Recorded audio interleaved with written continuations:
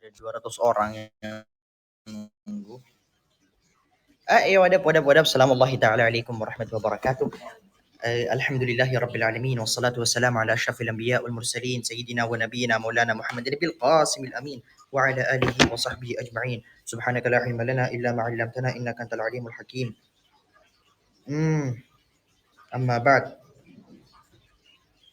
So, apa kabar buat teman-teman sekalian? Semoga Allah Subhanahu wa taala senantiasa memberikan rahmat, hidayah, inayah, taufik semuanya. Buat teman-teman sekalian, hari ini kita akan membicarakan tentang Sayyidatuna Maryam alaihi salatu wassalam, termasuk daripada 4 perempuan terbaik. Jadi ada 4 perempuan terbaik yang kemarin kita buka temanya dengan tema itu adalah yang pertama siapa? Ada Sayyidatuna Khadijah radhiyallahu anha, ada Sayyidatuna Fatimah radhiyallahu anha, ada Sayyidatuna Maryam, ada Sayyidatuna Asia. Lalu ada tambahan satu lagi yang dibahas oleh para ulama, yaitu Sayyidatuna Aisyah radhiyallahu anha. Di sini saya bersama Eki. Oke. Di sini saya sebenarnya lagi main ke rumah Aca. Ini di rumah Aca. Jadi gitulah. Jadi begitu. Aca mana Aca? Aca lagi gak tahu, ada di dalam. Ditinggal saya dari tadi. Aca siapa enggak tahu. Sebenarnya saya mau di sini cuma bentar doang, tapi lupa. Ya Allah, saya punya seminar. Kalau pulang nggak nututin waktunya. Ya udah. Saya di sini tuh cuma mau ngisi live. Aca siapa? Hansa. Ada Bang Eki, ya. Ngapain di Aca? Dibilangin karena nge-live.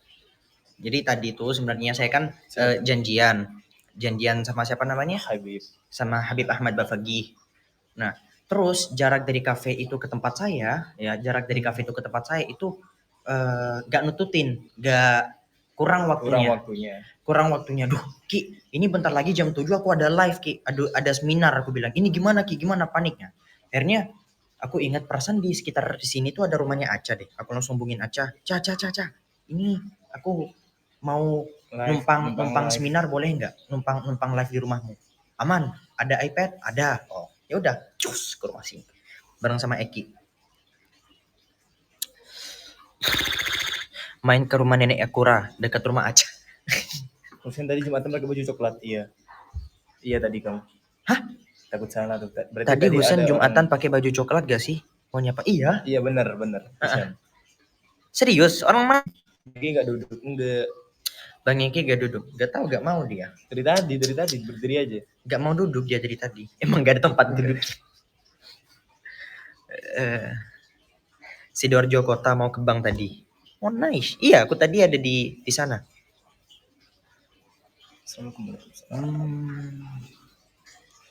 Cuman tadi aku pas di masjid tuh keburu keluar. Ada sesuatu lah di rumah.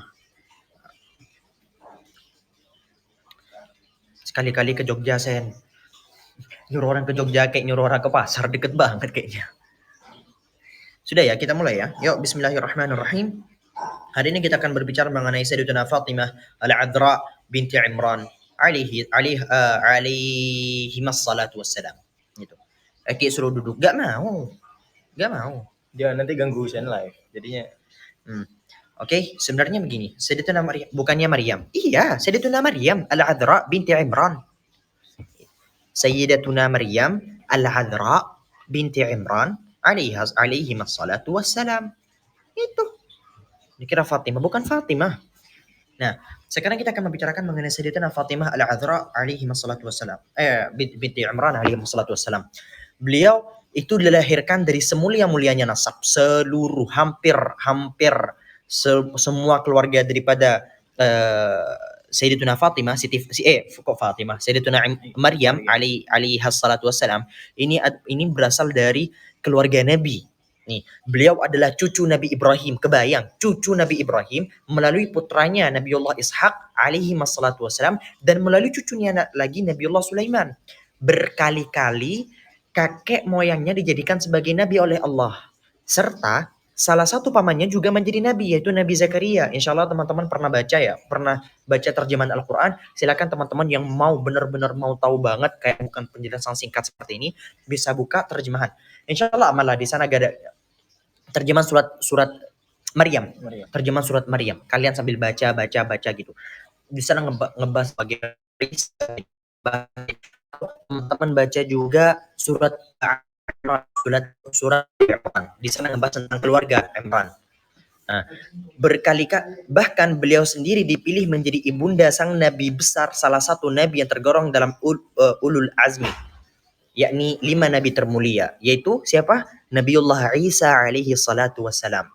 Tak terbayangkan betapa mulianya wanita ini, lahir dari kakek moyang nabi, lahir di tengah-tengah keluarga yang memiliki kerabat nabi, bahkan dipilih menjadi ibunda nabi. Beliau seperti hidup di tengah-tengah taburan permata dan berlian. Beliau tumbuh dalam keluarga nubuah, ibadah, taqwa, iffah, zuhud, mujahadah, dan lain-lain.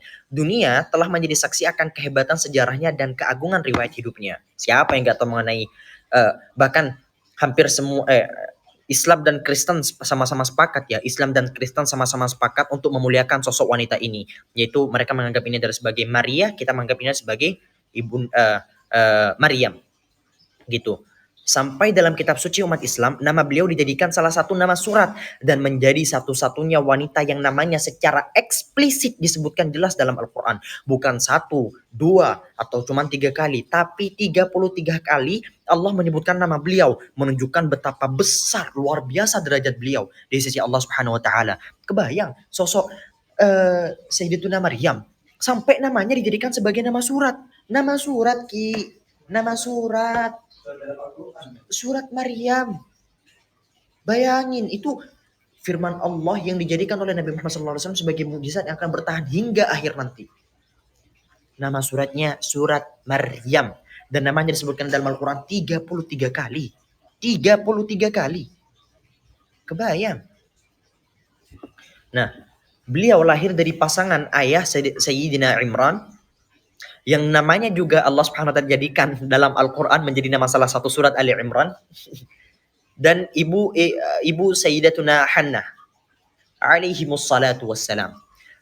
Imran, teman-teman banyak yang membaca kayak Al Imran, sebenarnya nggak masalah, tapi yang benar tuh kayak bisa baca Alu Imran atau Ali Imran atau Ala Imran, sama-sama bisa. Kenapa? Karena Al di sini bermakna keluarga. Kebayang, putrinya dijadikan sebagai nama apa namanya? Dijadikan sebagai nama surat, ayahnya juga dijadikan sebagai nama surat. Wow, ini udah another level of apa ya? Udah keren banget ini.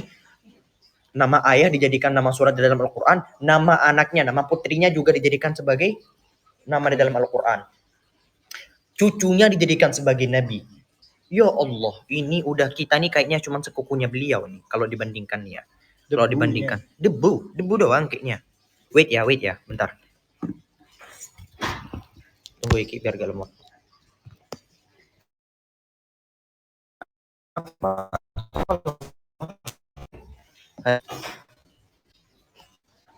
Ini lemot kayaknya Ki. Oke, halo.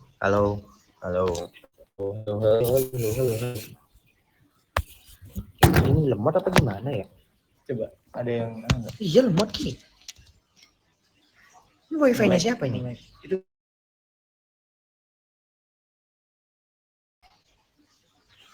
Halo. ngelek apa enggak? Coba komen dulu. Halo. Hei. Wah.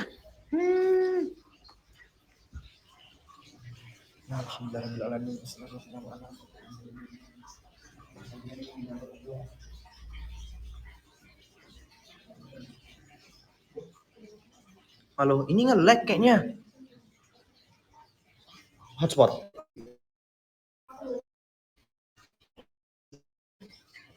Ini siapa?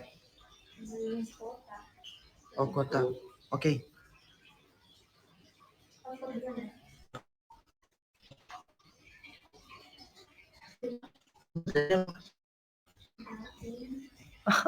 Aku lagi nge-live. Ini apa? Aca nih, Bos. Apa? Nggak pakai password gitu. Nggak pakai space. Jangan. Nggak pakai password. Pakai space enggak? Spasi. Yang Password. Oke, nice. Halo. Halo, I'm here. Ini nge-lag gak sih? Kayak, halo, hai, hai, hai, halo, halo. Hai, ini nge-lag apa enggak sih?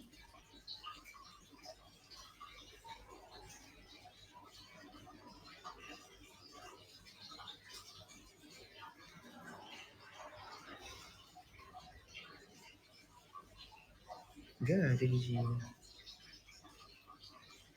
Ini nge-lag apa enggak? Aku nggak tahu. Bisa, Ki? Nge-lag kamu? Kamu bisa buka Aku internet? gak nge-lag. Buka internet. Nah, di storyku. Mana? Where is my story? Nah, aman. Nah, ini swipe up. Aku baru ngisi soalnya. Jangan ngisi juga. Aman kayaknya ya. Enggak aman. Oh, cuma komennya di sini.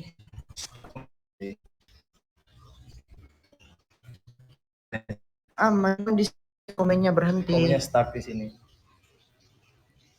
Iya, di sini loh aman. Di komennya aja yang berhenti tadi. Padahal Aca udah ngisi kuota ya barusan, ya Allah.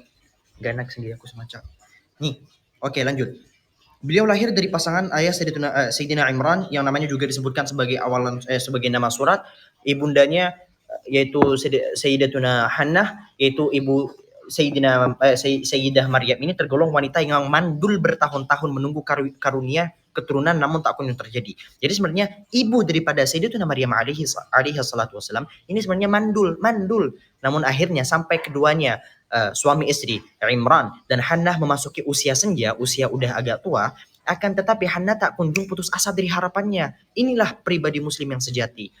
Akan tetapi suatu hari dia melihat burung pipit yang naik turun pepohonan untuk memberi makan anaknya. Ia melihat burung pipit yang naik turun yang cari makan buat anaknya. Burung itu turun menggigit makanan dan diantarkan ke atas sarangnya, diberikan kepada anaknya.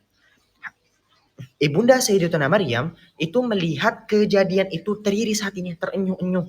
Dia itu berbisik, "Ya Allah, sebagaimana engkau memberikan anak untuk burung ini, maka berikan aku pula anak." Saat itulah Allah Subhanahu wa taala mengabulkan hajat Ibunda Sayyidatuna Maryam, ya, yang ia panjatkan bertahun-tahun. Hannah pun mengandung, namun ajaibnya kandungan itu tidak sama dengan kandungan pada umumnya. Karena itulah Allah Subhanahu wa taala dengan cara akan mengabdikannya untuk menjadi penghuni Al-Aqsa. Dalam artian menjadi penghuni Al-Aqsa itu Ki, istilahnya kayak aku nanti kalau punya anak, anakku itu bukan tipe anak yang bekerja di luar, bukan tipe anak yang begini, tapi aku benar-benar bernazar kalau aku punya anak, anakku akan aku bikin dia tinggal, benar-benar dia tinggal di Masjid Al-Aqsa. Gitu bahasanya. Dan ternyata setelah Hannah melahirkan anaknya itu tak sesuai yang ia perkirakan dalam nazarnya. Sebab pada umumnya penghuni masjid itu adalah seorang laki-laki. Seorang laki-laki. Ini ibunda daripada Sayyidatuna Maryam ya. Dan Hannah lahirkan adalah perempuan, yakni Sayyidatuna Maryam. Walaysa dzakaru kal untha. Perempuan itu berbeda sama laki-laki. Beliau tumbuh sebagai anak yatim. Dan ibunya sudah dinadarkan untuk menjadi penghuni Masjid Al-Aqsa, yang artinya tidak akan pernah tinggal dengan ibunya. Karena ayahnya sudah tiada, akhirnya para ahli ibadah masjid berebutan untuk menjadi pembimbing, pengasuh anak kecil yang luar biasa itu.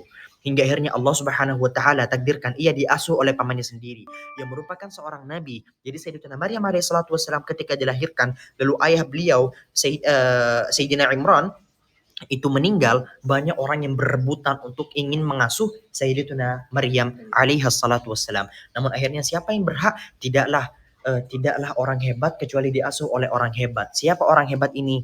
Nabiullah Zakaria alaihi salatu wassalam. Saat Sayyidatuna Maryam menjelang usia remaja, akhirnya oleh Nabi Zakaria dibangunkan ruang khusus di samping masjid tempat dia beribadah dan tidak bisa didatangi oleh siapapun kecuali Nabi Zakaria sendiri. Di sanalah Sayyidatuna Maryam menghibahkan siangnya untuk sholat dan puasa serta malamnya untuk sholat dan berzikir. Dan yang mengherankan, setiap Nabi Zakaria mendatangi ruangan Sayyidatuna Maryam selalu saja mendapati makanan yang banyak dan lezat di ruangan Sayyidatuna Maryam. Ini termasuk daripada karamatul aulia, orang-orang hebat yang telah Allah Subhanahu wa taala berikan kemampuan khusus untuk dirinya. Ada di sana wali mereka bisa terbang, mereka bisa berjalan di atas air, mereka bisa sampai ke satu tempat hanya dalam hitungan beberapa detik. Itu ada Ki. Tapi gak sembarangan orang. Ada karamah, ada irhas, ada ma'unah, ada sihir, ada apa lagi? Nah, kalau sihir itu dengan bantuan syaitan. Bantuan setan. Nah, bantuan setan. Orang biasa bisa mendapatkan kekuatan spesial dengan bantuan setan, itu disebut Sihir. itu disebut sebagai sihir. Disebut sebagai karamah. Karamah adalah kemampuan spesial yang Allah Subhanahu wa taala kan kepada hambanya yang ibadahnya bagus. Contohnya siapa? Teman-teman pernah dengar ada seseorang yang bisa memindahkan singgasana Ratu Bilqis di hadapan Nabiullah Sulaiman? Ada yang pernah dengar itu? Nah, orang itu adalah orang yang sama Allah SWT dikasih kemampuan karamah. Sama seperti ini. Sama seperti siapa ini? Sayyidatuna alaihi salatu wassalam, ketika padahal gak pernah ada yang nganterin makanan dari manusia-manusia, tapi selalu aja ada makanan-makanan enak yang tersedia di hadapan Sayyidatuna Maryam alaihi salatu wassalam. Ada yang disebut sebagai mu'jizah. Mu'jizah ini adalah sebuah kemampuan spesial yang Allah Subhanahu wa taala berikan kepada siapa? Berikan kepada para nabi, para rasul. Ini khusus buat mereka. Ada yang disebut sebagai irhas. Irhas adalah sebuah kemampuan spesial yang telah Allah Subhanahu wa taala berikan kepada hambanya yang akan menjadi nabi. Ada yang disebut sebagai ma'unah, hanya pertolongan-pertolongan biasa. Seperti apa? Nih, dalam pernah lihat gak video anak bayi, anak kecil yang badannya masih baik-baik aja. Badannya masih baik. Secara logika itu gak masuk akal. Gak masuk akal sama sekali. Ada kecelakaan besar, kudubrar, semuanya meninggal. Tapi yang hidup siapa? Anak kecil. Padahal secara logika meninggal harusnya anak kecil. Ini disebut sebagai ma'unah dari Allah Subhanahu wa taala yang diberikan pertolongan Allah Subhanahu wa taala untuk orang-orang biasa. Ini. Nah, yang mengherankan setiap kali Nabiullah Zakaria alaihi salatu wassalam mendatangi ruangan Sayyidatuna Maryam, selalu saja mendapati makanan yang banyak dan lezat di ruangan Maryam. Setiap ditanya, dapat dari mana semua makanan itu? Sayyidatuna Maryam menjawab, ini dari Allah Subhanahu wa taala. Suatu saat datanglah malaikat Jibril membawa kabar mulia dan dialognya Allah Subhanahu wa taala diabadikan di dalam Al-Qur'an. Jibril alaihi salatu wasallam berkata kepada Sayyidatuna Maryam, "Wahai Maryam, bersujudlah dirimu." Sontak Maryam terkaget-kaget melihat lelaki menghampirinya. Beliau berkata, "Aku mohon berlindung kepada Allah dari bahayamu jika kamu bertakwa." Jibril menjawab, "Aku adalah utusannya yang diperintahkan untuk mempersembahkan bayi laki-laki yang suci untukmu." Maryam pun membantah dengan kaget. Mungkin aku beranak, sedangkan aku gak pernah berzina, aku gak pernah berhubungan badan dengan laki-laki. Lalu Nabiullah Jibril alaihissalatu wassalam berkata, kata Tuhanmu itu gampang banget, dan agar itu menjadi bukti kuasanya dan tanda bagi seorang manusia. Inilah yang dijadikan oleh orang-orang Nasara berkata bahwasanya ayah daripada Nabiullah Maryam, Nabiullah Isa alaihissalatu wassalam adalah Allah. Mana ada, gak ada. Tak lama Sayyidah Maryam pun mengandung dan perlahan kandungannya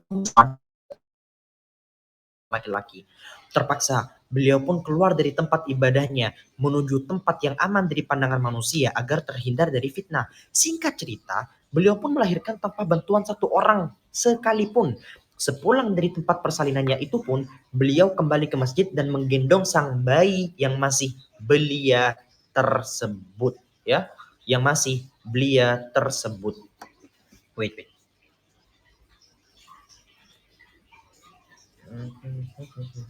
Apa ini, Ki?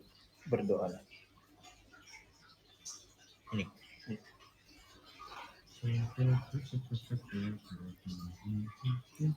Nice. Oke. Sontak masyarakat pada saat itu bertanya-tanya dan mengecam, serta banyak yang mencaci. Namun Sayyidatuna Maryam tetap bungkam karena beliau telah bernazar puasa bicara, dan beliau pun menunjuk pada bayinya setiap ada yang bertanya, dan Allah menunjukkan suatu keajaiban dengan membuat Nabiullah Isa alias putra daripada Sayyidatuna Maryam itu bisa berbicara walaupun saat masih bayi. Jadi gini, ini ada sebuah pelajaran yang sangat penting teman-teman sekalian. Ini dibahas oleh para ulama. Kita ini bisa mengambil hikmah daripada perbuatan Nabi Sayyidatuna Maryam. Ketika kita sudah difitnah, ketika kita sudah dituduh dengan perbuatan yang macam-macam, yang kita sama sekali tidak pernah melakukannya, sama sekali tidak pernah melakukannya. Apa yang harus kita lakukan? Klarifikasi. Apakah klarifikasi itu perlu? Perlu banget. Kalau bisa mengubah masalah, kalau bisa mengubah keadaan. Kalau keadaan sudah tidak bisa dirubah dengan hanya sekedar klarifikasi, diam adalah jalur terbaik. Sebagaimana Sayyidatuna Maryam alaihissalatu wassalam. Sayyidatuna Maryam, gimana cara ngejelasinnya? Gak bisa. Gak bisa. Ngejelasin ke orang lain, ini aku bisa melahirkan seorang anak, tapi gak ada tanpa ayah. How? Gak masuk akal. Gak masuk akal. Tapi akhirnya kata Sayyidatuna Maryam, aku bernazar, aku gak mau ngomong, gak mau keluarin satu patah kata pun dari mulutku. Puasa bicara. Gitu. Puasa bicara ini bisa kita jadikan sebagai salah satu pelajaran teman-teman. Selama hidup beliau, lalu usianya dengan beribadah, berpuasa, sholat, malam, zikir, serta menemani putranya, dakwah putranya yaitu Isa alaihissalatu wassalam. Beliau bersama putranya tinggal di atas gunung dengan hanya memakan tumbuh-tumbuhan dan meminum air hujan. Suatu ketika Nabi Isa turun dari gunung untuk mencari tumbuh-tumbuhan yang bisa dimakan. Sedangkan Sayyidatuna Maryam sedang sholat.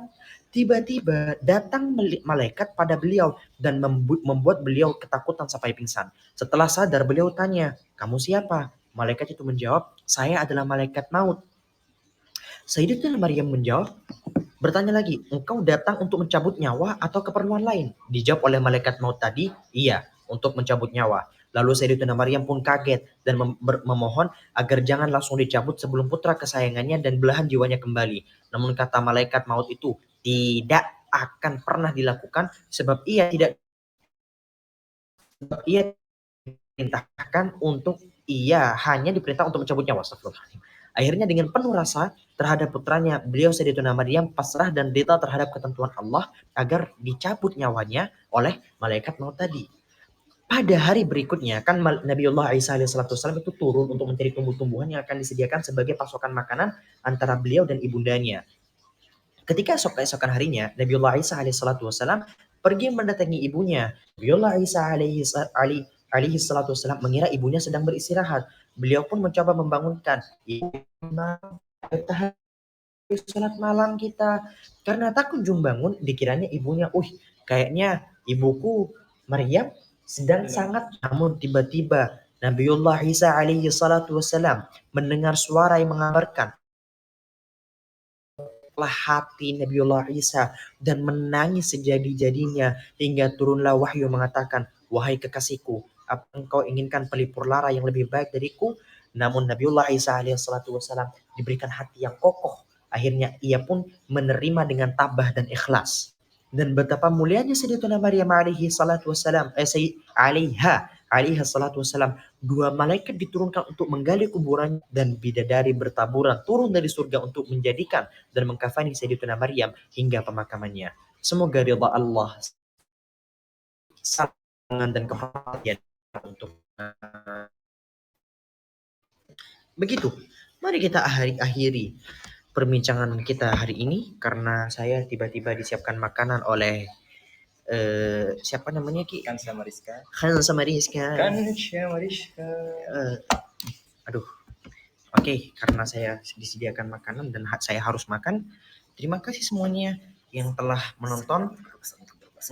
Subhanakallahumma bihamdika asyhadu an la ilaha illa anta astaghfiruka wa atubu ilaik. Wa sallallahu wa sallam ala sayyidina Muhammad wa ala alihi wa sahbihi ajma'in. Wassalamualaikum warahmatullahi wabarakatuh. Sebenarnya saya mau berinteraksi lanjut. Tapi ini komennya berhenti. Komennya stuck ya? Komennya nge-stuck.